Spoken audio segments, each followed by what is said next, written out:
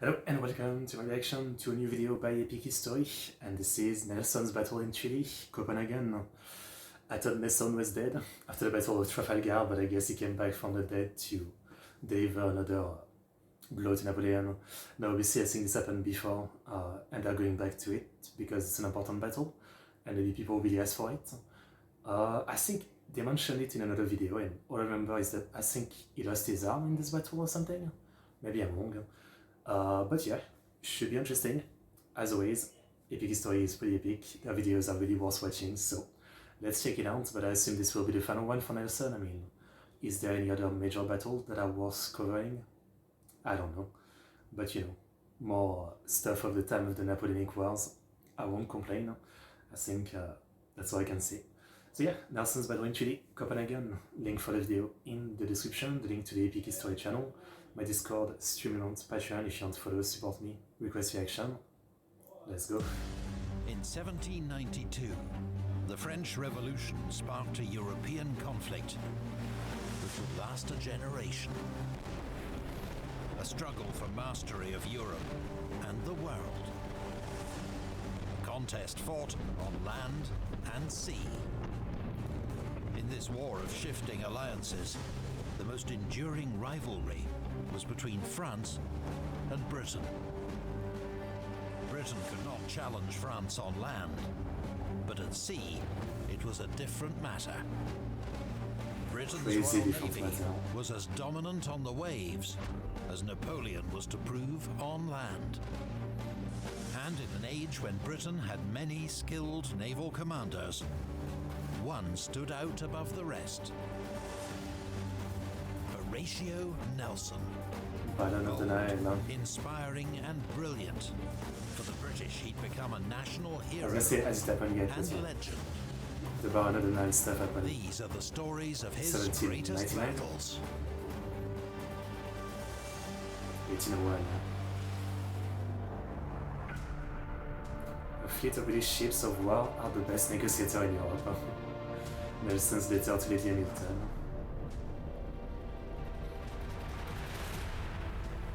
March 1801. A British battle fleet sails across the North Sea. More than 50 vessels in all, commanded by Admiral Sir Hyde Parker. Oh, Nelson. His second in command, Vice Admiral Lord Nelson. Their destination, the Danish Straits. Their target, Copenhagen.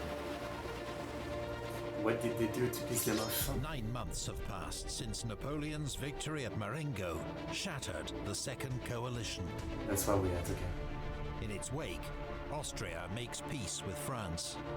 Paul, Emperor of Russia, has also withdrawn from the coalition and is now considering switching sides and making an alliance with France.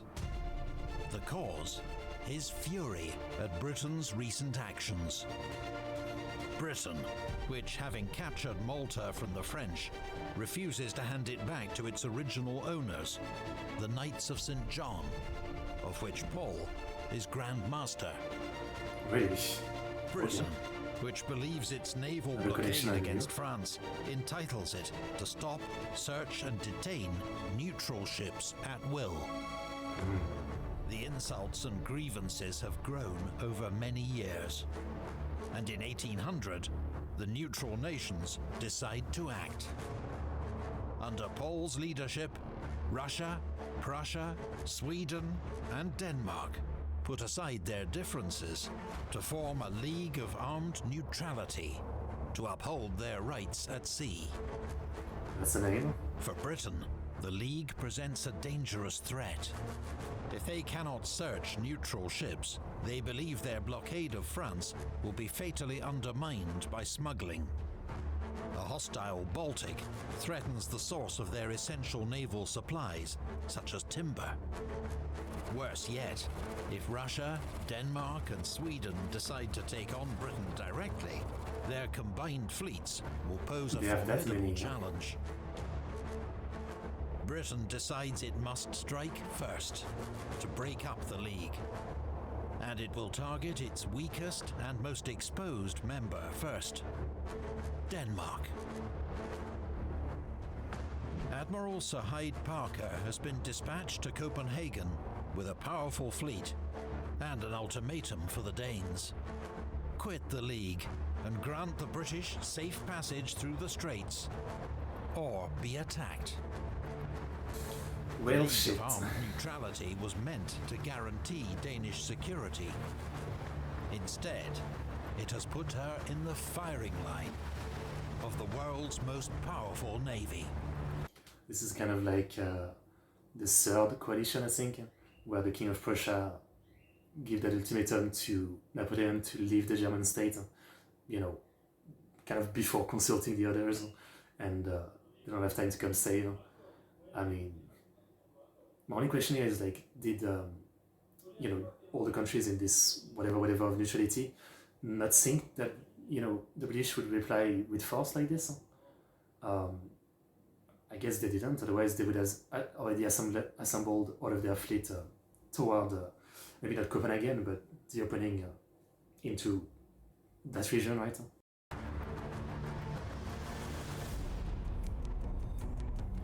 Our friend here is a little nervous about Dark Knights and Shield of Ice, but we must brace up. These are not time for nervous system. Lessons later to Lord St. Vincent. Admiral Sir Hyde Parker has received his command on the basis of seniority and because he has experience of planning operations in the Baltic, though he has never actually been there. He is well liked, but will soon exhibit a frustrating pattern of indecision and delay, to the exasperation of his second-in-command, Lord Nelson. I'm sure. The hero of Cape St. Vincent, the victor of the Nile, Nelson's adored by the public and admired by comrades as a daring commander. He has the scars to prove it. Okay, I guess I was wrong. He lost his arm at the Battle of Santa Cruz de Tenerife. Okay, I don't think we talked about this one. Before the Nile. Okay. Having lost an arm and now blind in one eye. The British fleet consists of 19 ships of the line, 5 frigates, and many smaller ships for navigating the shallow waters of the Danish straits. These include sloops, brigs and bomb ships, armed with mortars for high-angle fire. They also carry 900 marines for attacking shore defenses. Another ship of the line, HMS Invincible, is en route to join Parker's task force. That's a jinxing when she is shipwrecked off the Norfolk coast with the loss of 400 lives. If it's the sea doing it, is it a defeat? You're still invincible, maybe? After a week of sailing, the British fleet enters the Kattegat Strait. Yeah, this is what I was talking about. It doesn't have to be to Copenhagen, it can be at the top of this Kattegat Strait. Like, if they had expected the British to do this, might as well have all of their fleet ready over there. I don't know.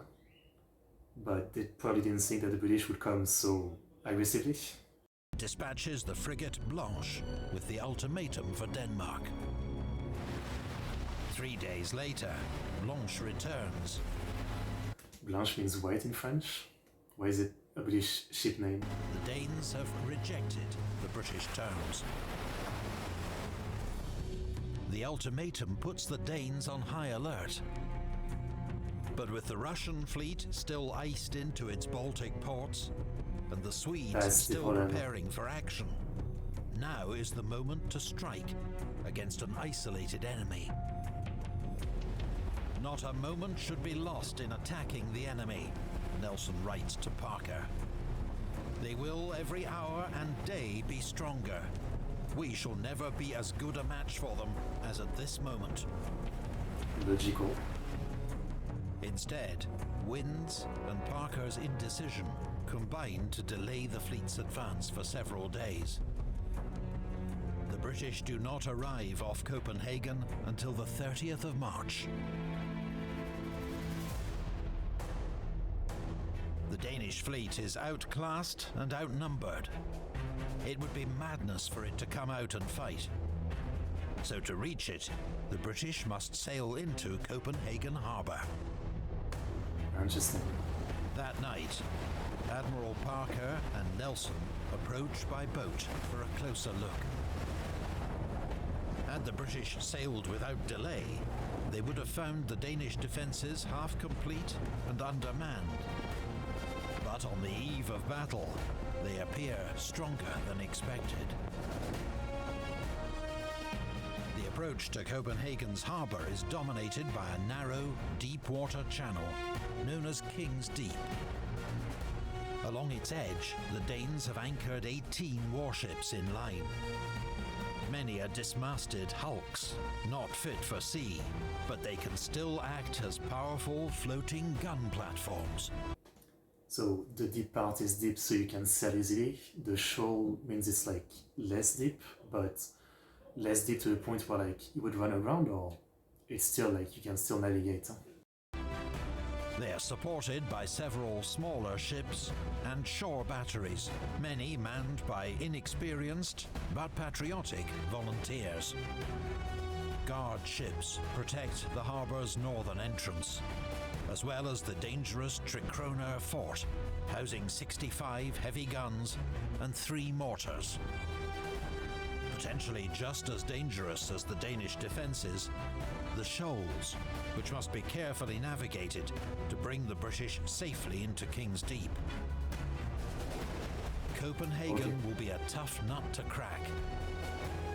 But for all his faults, Admiral Parker knows Nelson's qualities and hands him complete responsibility for planning and leading the attack.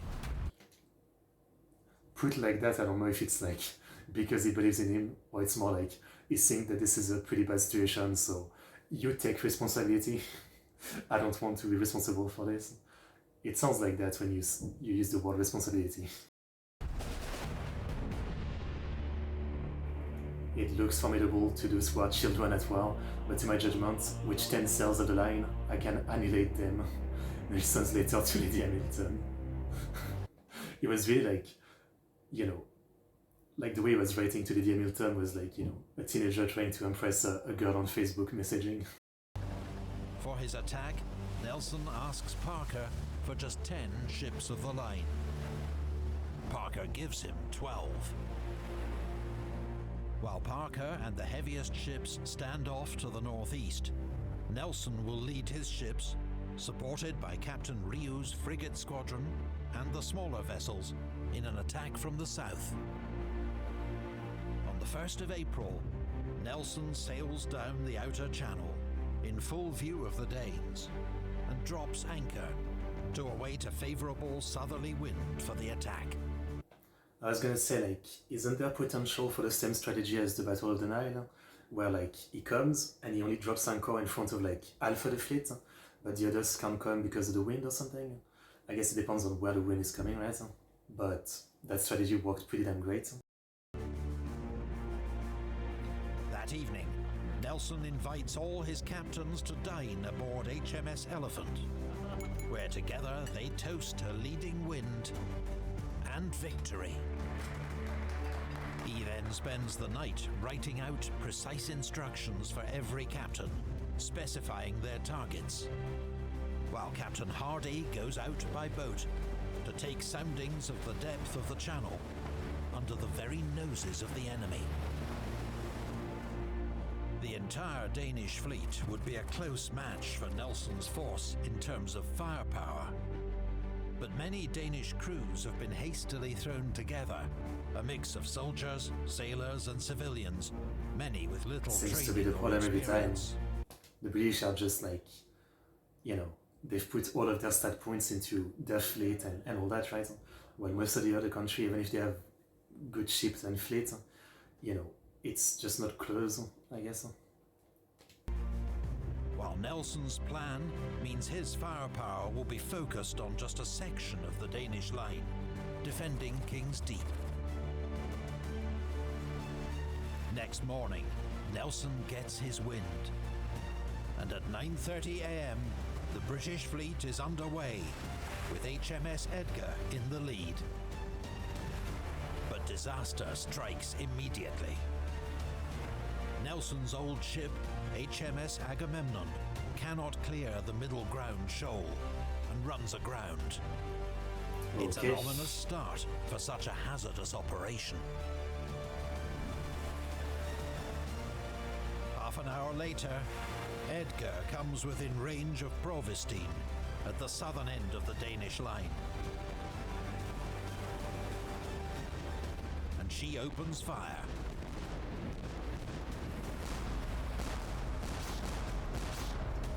The Danish ship don't have cells. I guess maybe it's to protect it from being shot through, but then this seems kind of bad depending on how the situation develops, because then they can't run away. One by one, Danish and British ships join the action.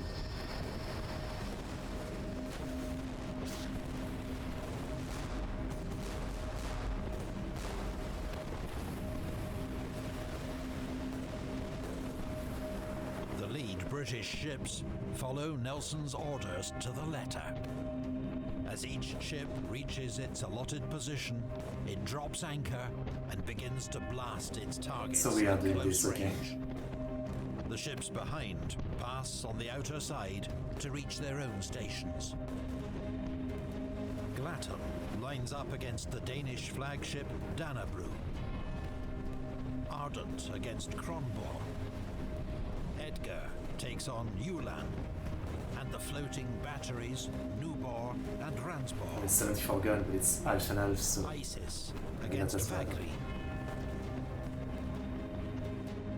But from his flagship, Nelson sees Bellona strayed too close to the middle ground shoal. His desperate signals cannot stop her going aground. Nelson makes sure to avoid Bellona's error, then anchors HMS Elephant in Bellona's intended position. From here, Elephant takes on the floating battery Grenier and the converted horse transport Agershus. To emphasize the dangers of the shoal, Nelson raises signal 16, engage the enemy more closely. With two ships grounded, Nelson has to improvise and shouts orders to each passing ship, redirecting them to new targets. Soon, Ganges is taking on Elephant's intended target, Shailen. Monarch engages Charlotta Amelia and the floating battery Soesten. Defiance takes on Holstein. And one has to fight two of them. But HMS Russell becomes disoriented in the thick smoke and grounds alongside Bellona. That's what I was gonna say, like, how easy is it to tell what ship you need to drop on next to? I mean, I assume most of the enemy ship look the same. So, how do you figure out which one you're supposed to stop at? The battle has just started, and already 3 of Nelson's most powerful ships are immobilized. Captain Ryu's frigate squadron, however, is about to step into the breach. The 36-gun HMS Desiree takes up her position to rake the southernmost Danish ships, while Captain Ryu himself, aboard HMS Amazon, leads the rest of the frigate squadron towards the head of the British line to take on unengaged Danish defences and Trekroner Fort. By 11 a.m., all the British ships of the line are engaged, and an immense artillery duel begins. Still seem very outmatched. I mean, despite the loss of 3 ships, Nelson's hurried improvisation means he has still been able to concentrate his force against the southern half of the Danish line. British gunnery gives them the upper hand, but the Danes are putting up a fierce resistance.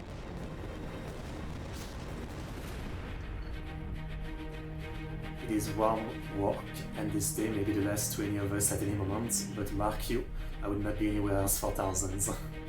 Nelson to Many of Lieutenant Colonel Stewart, Battle of Copenhagen.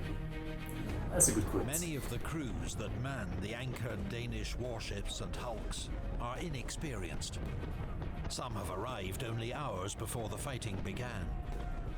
But their bravery in the heat of battle is remarked upon by all, including their enemy.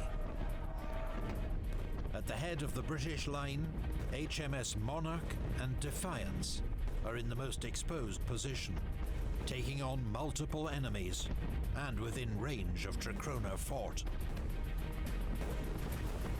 Monarch has already lost her captain, James Moss, killed by a cannonball. His ship will suffer around 40% casualties, with 56 dead and 164 wounded. But the well-drilled British gun crews are also wreaking havoc. At 11:15, the floating battery Ransborg has to abandon her position in the line and drifts into the shoals. The Danish flagship Dannebrog has taken heavy damage from Elephant and Glatten. With fires breaking out, the Danish commander, Commodore Fisher, transfers his command to another ship. Under incessant fire, the center of the Danish line begins to give way. The battered frigate Elven drifts to safety. They were able to drift away. Tows Agershus out of the line of fire, and both are deliberately run aground before they sink. Nearly all of Shailen's 74 guns are silent, and she is taking on water. She drifts north, but drops anchor in order not to obstruct Trichrona Fort's guns. Then, she strikes her colors.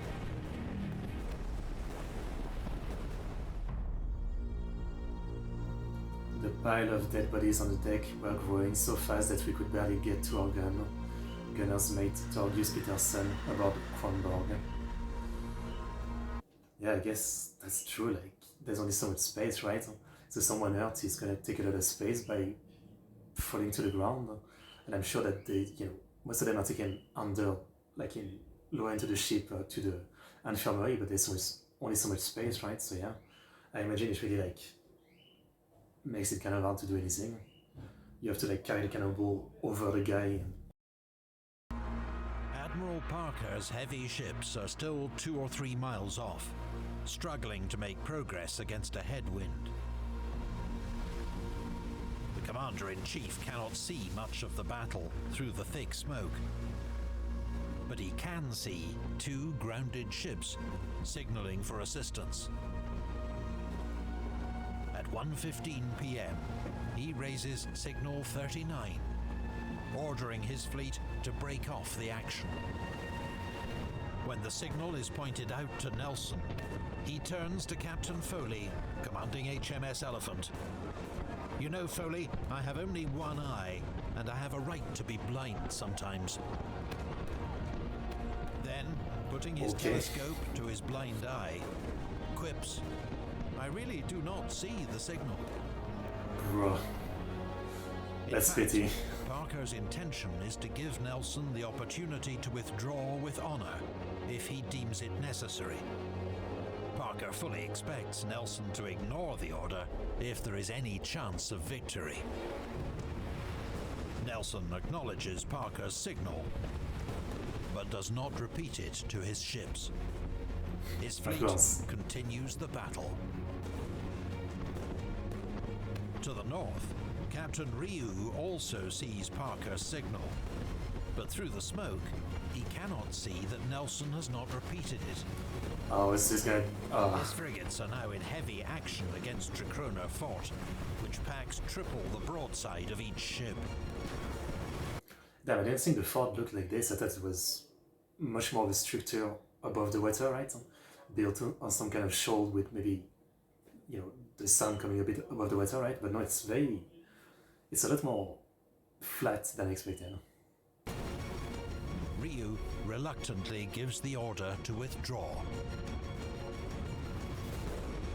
HMS Amazon is the last to leave, and as it turns, it is raked through the stern by the fort's guns. Amidst the carnage, Ryu shouts, "Come then, my boys, let us all die together." Seconds later, he is cut in half by a cannonball. Well, fuck.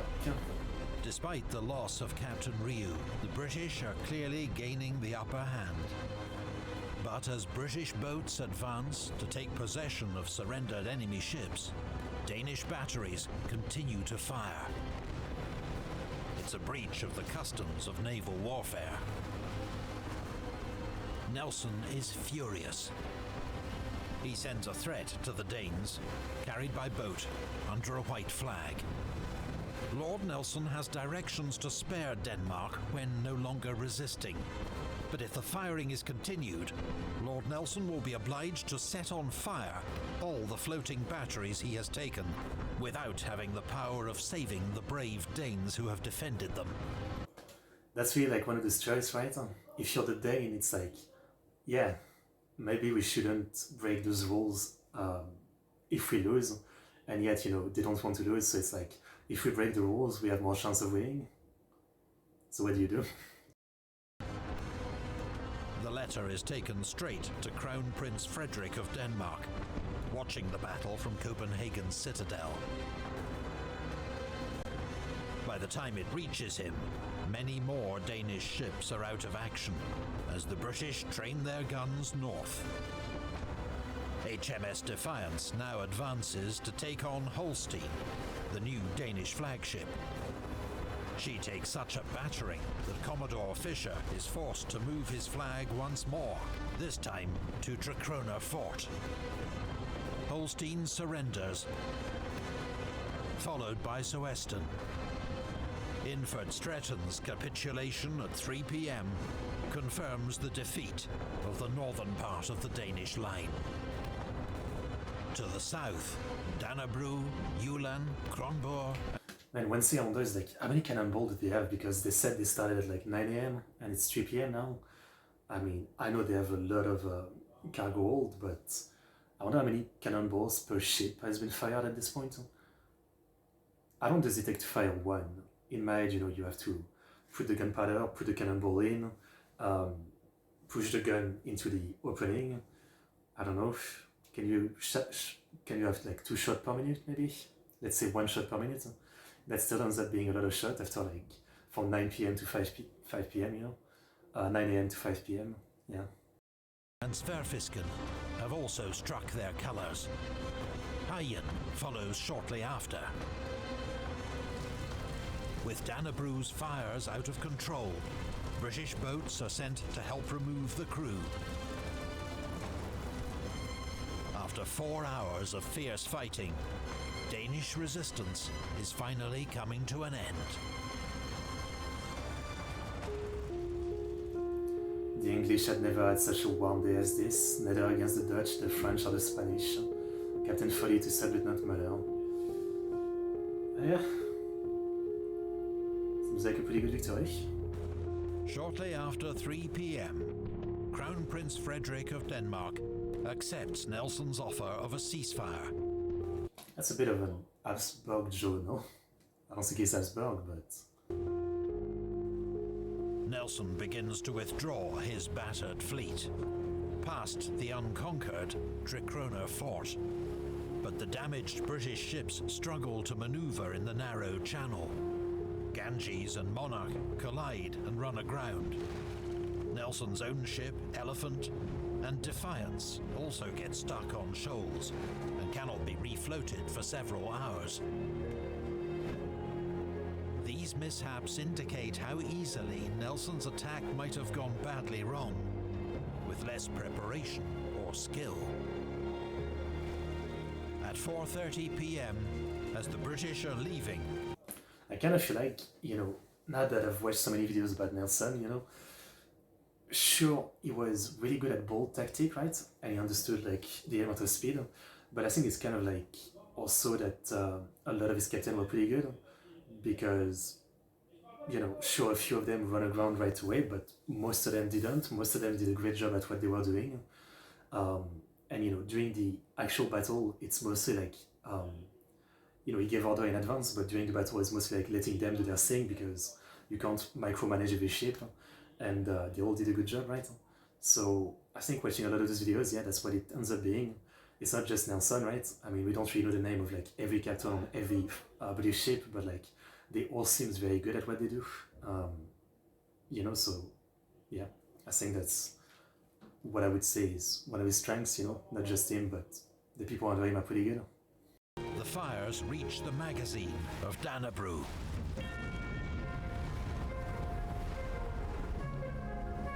More than 200 perish in the explosion. An eerie silence descends over the waters of King's Deep, where the British bomb ships remain at anchor. Their mortars are a menacing presence, intended to influence the negotiations that lie ahead.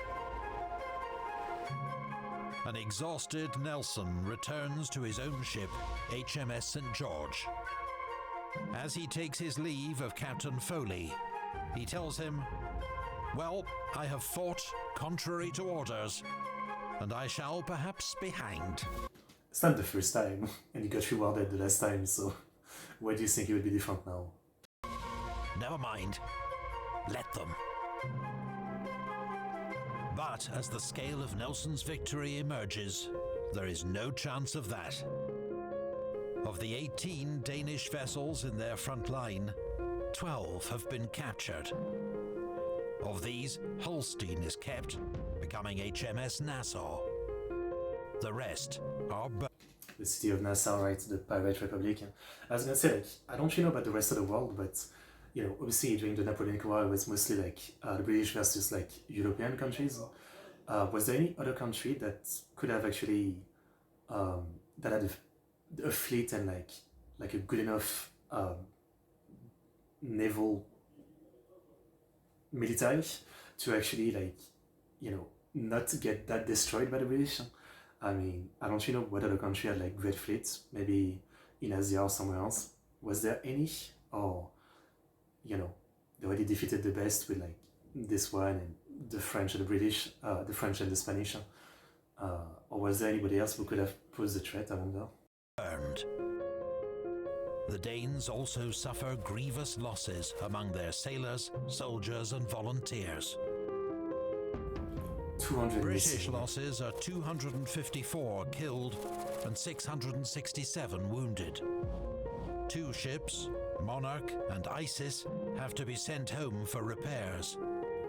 But they're not The less. rest of the fleet is soon battle-worthy once more. Crazy. They didn't lose a single ship. Crazy. The British have won the battle, but now need to secure a political victory. The ceasefire is extended as negotiations get underway. In Copenhagen, Nelson is received with a mix of admiration, curiosity, and displeasure, but helps to win over his hosts by telling them the Danes fought bravely for 4 hours, where the French would not have lasted 1. Okay. 6 days after the battle, Fair enough. news arrived. I mean, fair enough. Is that fair enough? Didn't the Battle of the Line, the Nile was like longer than that? I mean, maybe not longer than this battle, but it was longer than 1 hour is what I mean. So, he's just making shit up, no? Lives that changes everything. Paul, Emperor of Russia, is dead. Murdered in his palace by army officers. With the League of Armed Neutrality's chief architect out of the picture, the Danes can negotiate with the British without fear of Russian reprisal. They quickly suspend their commitment to the League and agree a 14-week armistice with Britain. British ships can now resupply at Copenhagen and sail on to their remaining objectives in the Baltic. But the British fleet will see no further action in the Baltic that year. The death of Paul, diplomacy, and the British show of force mean the League of Armed Neutrality quickly unravels. The fleet does get a new commander, though. Parker is recalled to England, His successor is Vice Admiral Nelson. Man, what a freaking loss for Denmark though. I mean, seriously, like out of this alliance, they're the one that took the biggest loss. Not very fair. Nelson's victory at Copenhagen wins him fresh titles. Viscount and Baron Nelson of the Nile and of Burnham Thorpe, Baron Nelson of the Nile and of Hilborough. In July, he arrives back in England to be reunited with Lady Hamilton. That autumn, a preliminary peace agreement is signed with France. But in these turbulent times, peace is fleeting. It won't last long. Less than 2 years later, Nelson is back at sea, sailing for his date with destiny off Cape Trafalgar. Now I kind of wish this video came out before Trafalgar, right? Do you want to be first? Still very, very interesting. Very interesting. I am glad though that, you know, they're willing to go back to, you know, previous stuff if they deem it interesting enough and people request it, right?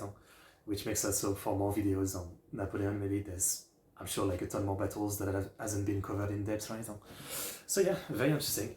It's just insane. I mean, you know, he says it in some of the videos, but like, the British would be as dominating on sea as the French would be on land, right?